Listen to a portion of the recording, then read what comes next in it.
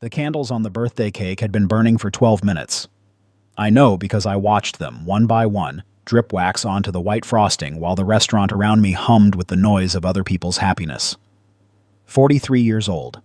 Sitting alone at a table for 8 at Carbone on East 20th Street in Manhattan, the best Italian restaurant in the city, the one I'd booked 3 months in advance because my wife told me, "Make it special this year, Nathan. Actually try for once." I had tried. The table was dressed with fresh flowers I'd ordered from a florist on the Upper West Side. I'd arranged appetizers ahead of time. I'd spoken with the manager about the sound system. I'd written the names on little cards and set them at each place setting the way you do when you still believe people are going to come. 8 place settings, 8 chairs, 0 people. My brother Preston's chair was right across from me. I kept staring at it. Then my phone lit up. "Brooke," I answered on the second ring. 5 years of marriage had trained me to pick up fast, to be available, to be responsive. That's what good husbands do, right? "Nathan." Her voice came through bright and warm and above the unmistakable sound of European ambience. Wine bars, cobblestone streets, other people laughing. "Oh my God, you actually went. You actually showed up to your own dinner." She was laughing, not nervously, not apologetically, just laughing. "Brooke, where are you?" "Monte Carlo, darling. Your brother rented the most incredible suite. You should see it from up here. The whole harbor, the lights, the yachts. It's like something out of a movie." My brother Preston. Of course it was. "You're in Monte Carlo." I said it flat. Not a question. "Don't make it weird. Preston invited everyone weeks ago. It's his company's anniversary trip. The Harmon Collective always does something spectacular, and since I'm basically family..." "You're my wife." "Nathan, come on. You know how these things work. Preston's world just moves faster than yours. There's no shame in that." And then Preston took the phone. I know his voice the way you know a scar. You've touched it so many times it's just part of the landscape. Deep, confident, always just slightly amused. "Brother?" A pause loaded with the particular weight of someone who enjoys the pause. "Don't be dramatic. Brooke needed to get out of the city. You know how she gets when she's bored." Another pause. "Besides, do you really want to have this conversation? She'll be filing papers before Q1 anyway. We all see it. Might as well let her enjoy herself while the relationship still technically exists." I didn't say anything. Not because I had nothing to say. Because I had something better. I pulled up the photo on my phone, the one that had been sitting in my camera roll for the last 40 minutes, and I sent it to the family group chat. Then I turned to the man sitting across from me, the man who had quietly taken Preston's empty chair 12 minutes ago, and I said, "Shall we order?" My phone started ringing before our bread arrived. Then again. 4 times in a row. Then Preston's name. Then Brooke again. I smiled, powered the phone off, and signaled the waiter. It was the best birthday I have ever had in my life. But let me take you back to the beginning. Because the ending only makes sense if you understand everything that came before it. If you have ever been underestimated by the people who were supposed to love you most, I need you to stay with me for this entire story. Every single minute of it is worth it. Before we go any further, if you are new to this channel, hit subscribe right now and turn on notifications because we post stories like this one every single week.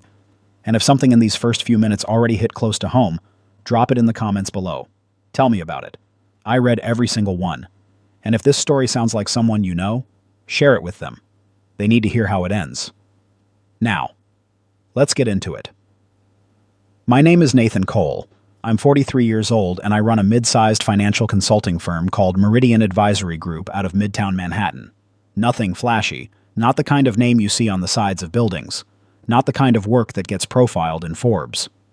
We work with small to mid-sized businesses, helping them restructure debt, identify investment opportunities, survive the kinds of financial decisions that kill companies quietly over time without anyone noticing until it's too late.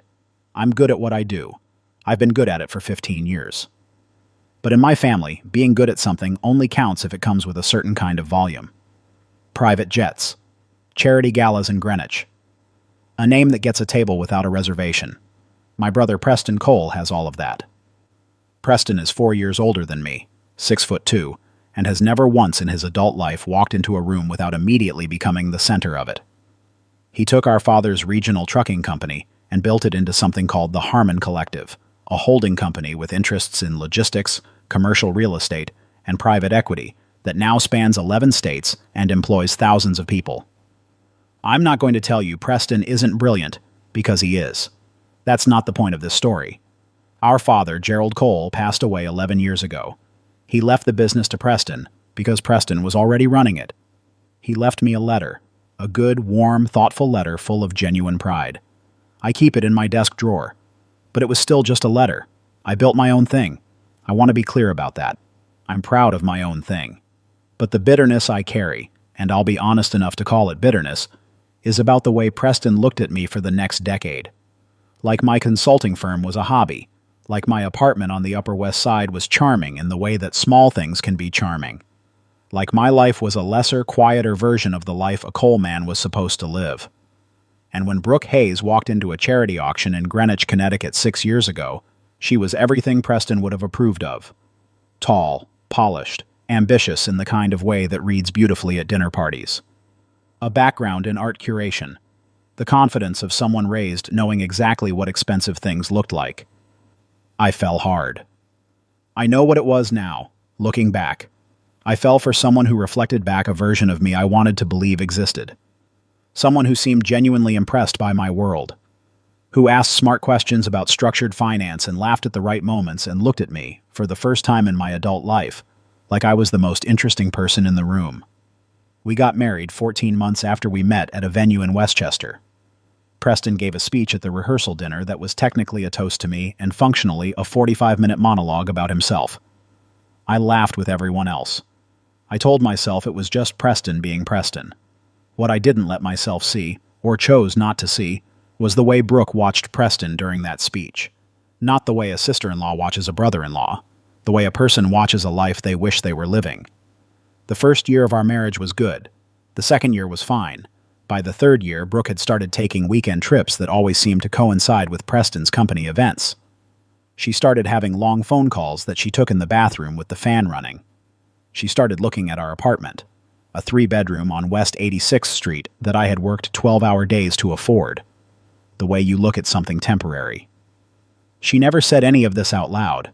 She was too calculated for that. Instead, she operated in the language of quiet dissatisfaction. The slightly too long pause before complimenting a gift. The way she described my work at dinner parties. He helps small businesses with financial stuff, as though what I did was too modest to explain properly. The way she brought up Preston casually, consistently, like a reference point. Preston's going to the Maldives for New Year's. Preston thinks that restaurant in Tribeca is overrated. Preston's accountant does something different with international holdings. I'm a financial consultant. I understand patience. I understand compound effects. I understand that the most important move is sometimes the one that doesn't look like a move at all. So I watched. And I waited. And I kept working. 9 months before my birthday, I was approached by a man named Elliot Strand. If you work in mid-market finance in New York, you know that name. If you don't, here's the short version. Elliot Strand is the founder of Strand Capital Partners, one of the most well-regarded mid-market private equity firms on the East Coast. He's 71, semi-retired, and spends most of his year between his home in Georgetown and a working farm in Vermont. He's the kind of man who made his money so quietly and so completely that he has nothing left to prove to anyone on earth. A longtime client referred him to me. His estate planning had become a maze. Outdated trust structures, conflicting directives, tax exposure that his current advisors had been dancing around for 3 years without ever addressing head-on. He needed someone who could see the entire picture and give him a clean path forward. We met for coffee at a diner on Lexington Avenue because he told me up front that he didn't trust men who only took meetings at expensive restaurants. 2 hours became 4. The work was real, layered, and exactly the kind of problem I had spent 15 years building the capacity to solve. I told no one, not Brooke, not my colleagues, not my mother in Darien, who still calls Preston first with any family news. I just kept my head down and worked. By the time my birthday rolled around in March, the engagement had been running for 8 months. The restructuring plan was complete. The family trust had been redesigned from the ground up. The documentation was airtight. And Elliot Strand, who does not impress easily and does not say things he doesn't mean, had told me 2 weeks earlier that it was the clearest and most thorough estate plan he had received in 40 years of working with financial professionals. He asked me to dinner to discuss the next phase, a formal advisory relationship with Strand Capital Partners. Ongoing. Structured. Significant. I suggested my birthday. March 14th. Carbone. Table for 8. I thought at the time that it would be a full table. I thought there would be people there who loved me, witnessing the moment. I thought Brooke would finally see, not through my words but through the simple, undeniable evidence of a man sitting across from me, that I had not been wasting my years. I thought Preston might look at me differently just once. I sent the invitations in writing. My mother, Carolyn. My sister Diane. My closest colleague, James. My college roommate, Pete, who was flying in from Seattle. Brooke.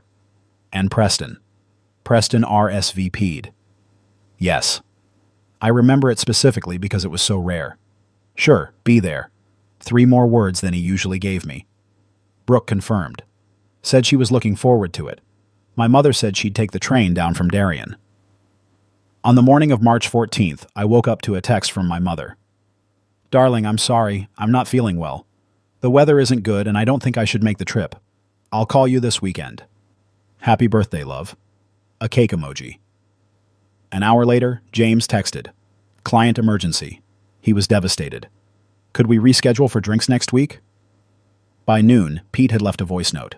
Stuck in Chicago. Flight delayed twice. He'd tried everything. He was so sorry. Diane, Preston's wife, sent nothing. And then at 2 in the afternoon, Brooke texted. Don't wait up tonight. Something came up. I'll explain later. Nothing from Preston.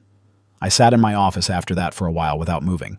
My assistant Lacey knocked twice, poked her head in, looked at my face, and quietly closed the door without saying a word.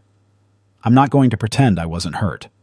I'm not going to give you the cleaned-up version of this story where I was already above it all, already too mature to feel anything. I sat in that chair and I felt the specific, precise pain of being someone who tried, who planned, who put in the real work of caring about something and had it handed back to them like a returned gift. But underneath the hurt was something else, something quieter and more durable. The feeling that comes when you've been building something in private for a long time and you know, regardless of who shows up, that the building is real. I texted Elliot. Still on for tonight? Change of plans. It'll just be the 2 of us. Tables at 7. His reply came within minutes. Even better. See you there. I went home. I changed into a charcoal gray Brioni suit I had bought in October and never worn, purchased specifically for this occasion. I stood in front of the mirror for a long time. 43.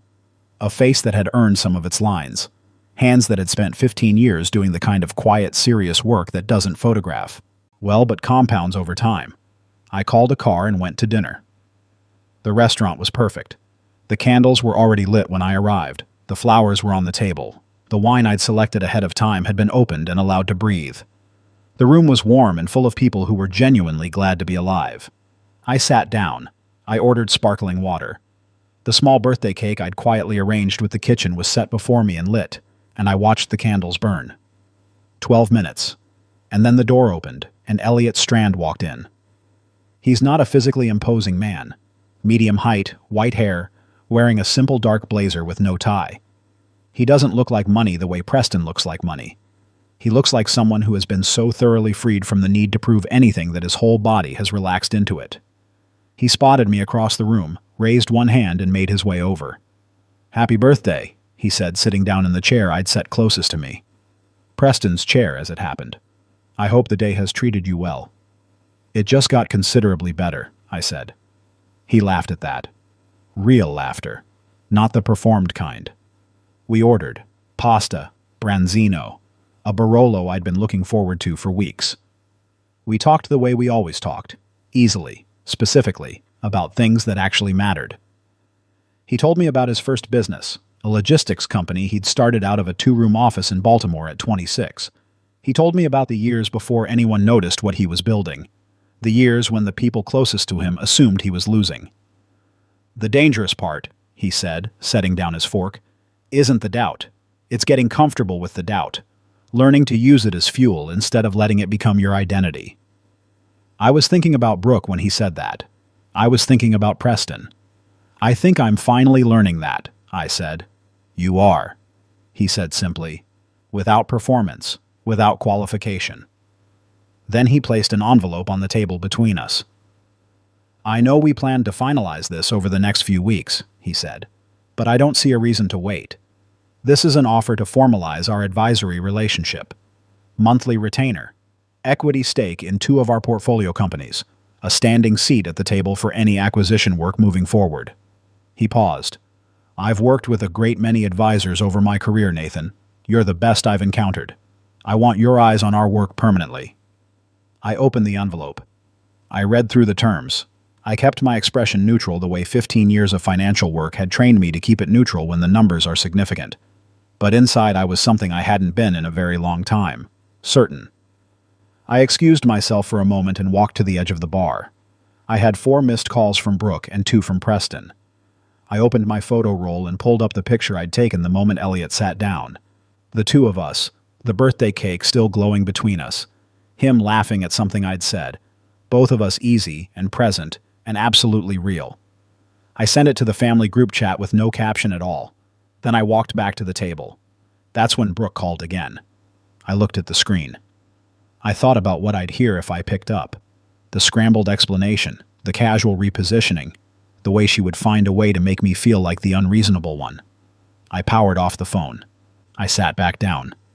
"Everything all right?" Elliot asked. "Better than all right," I said. We ordered dessert. Brooke came home from Monte Carlo 2 days later. I was at the kitchen table when she walked in, reading the advisory agreement in its final printed form. She came through the door with her rolling bag and her oversized sunglasses, and the particular energy of someone who has just been reminded what they think they're missing. She stopped when she saw my face. "Nathan!"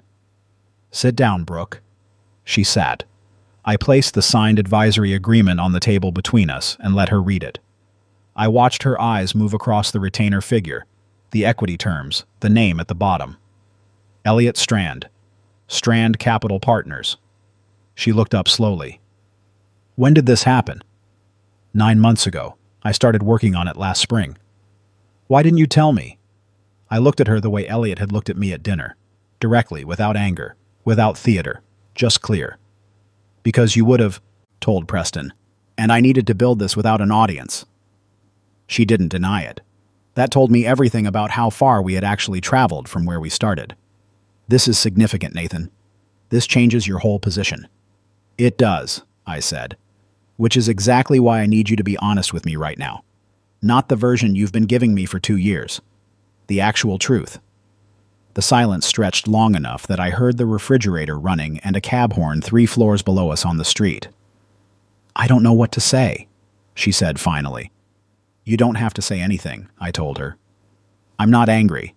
I'm just done pretending we're working toward the same life." We talked for 3 hours that night. Not a fight. Something harder than a fight. A reckoning. She admitted things I already knew but needed to hear spoken out loud. That she'd felt constrained by my world. That she'd been drawn to Preston's orbit more than she'd let herself acknowledge. That she'd begun to believe, somewhere along the way, that she had married the wrong brother. I told her I had felt it happening. That I'd watched it in small increments for 2 years and had stayed quiet about it because I believed the work would eventually speak for itself. "And now it has," I said. "But that's not what fixes this. The work was never the real problem." She cried. I didn't. Not because I wasn't sad. I was. But I had already done my grieving. Somewhere in those 12 minutes alone at that birthday table, watching white candles soften over frosting while the people I had trusted were on a terrace in Monte Carlo laughing at the idea that I was worth showing up for, something had finished for me. The divorce papers were filed 6 weeks later. The process was civil. Clean. There were no children. The finances were straightforward. Her attorney was professional and mine was thorough, and the whole thing moved without cruelty from both sides. I kept the apartment. She moved to a place in Tribeca. As for Preston, I didn't call him. I didn't need to. The photo from the birthday table had been enough. He understood the moment he looked up Elliot Strand's name. The kind of relationship I'd built quietly was the kind Preston had been trying to build loudly for years and never quite managed. He texted me 3 weeks later. "Dinner sometime?" I waited 4 days before responding. "Sure, I'll text you when I'm free." I'm still deciding when I'm free. My mother called from Darien on a Sunday morning, about 3 months after the birthday. She'd heard through Diane that Brooke and I had separated. She said she was sorry. She said she hadn't realized how difficult things had become. "Mom," I said, "it's okay. I should have been there for your birthday." "Yes," I said. Not harshly, just honestly. "You should have been, but we're okay." We talked for an hour, the longest conversation we'd had in years. She asked real questions about my work, about what I was building, about what I wanted my life to look like. I answered them honestly for the first time in a long time. Before we hung up, she said, "I think I underestimated you, Nathan." I thought about that statement for a long time afterward. There is something sad in it. The years it takes for someone who loves you to look at you without the filter of the story they decided was true a decade ago.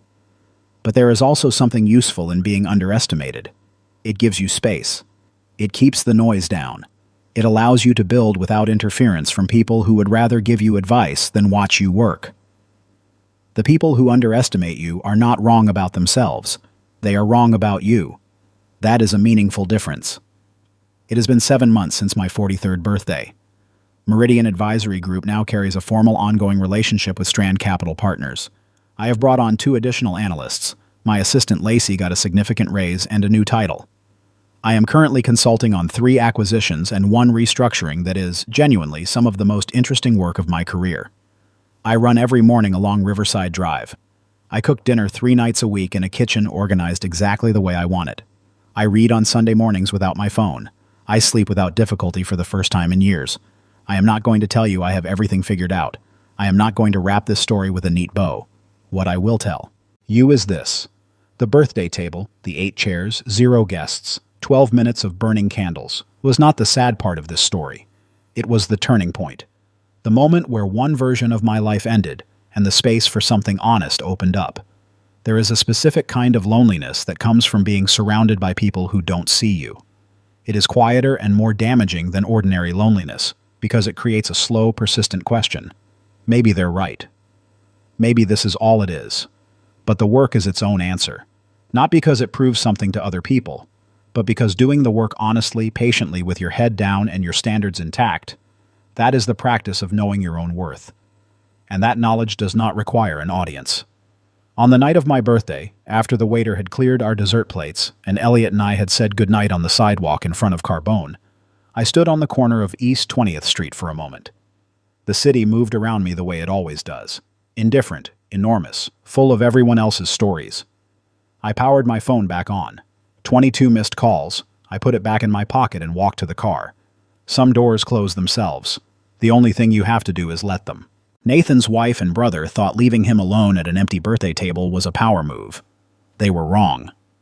While they were laughing from a luxury suite in Monte Carlo, Nathan was quietly signing a massive advisory deal with the most powerful investor in the city. The lesson? Being underestimated is a superpower. Arrogance makes people blind to the work being done in the dark. Nathan didn't yell, argue, or beg. He just dropped a single photo into the family chat and turned off his phone. He didn't just finish his dinner, he finished his marriage and out-earned his brother in exactly 12 minutes.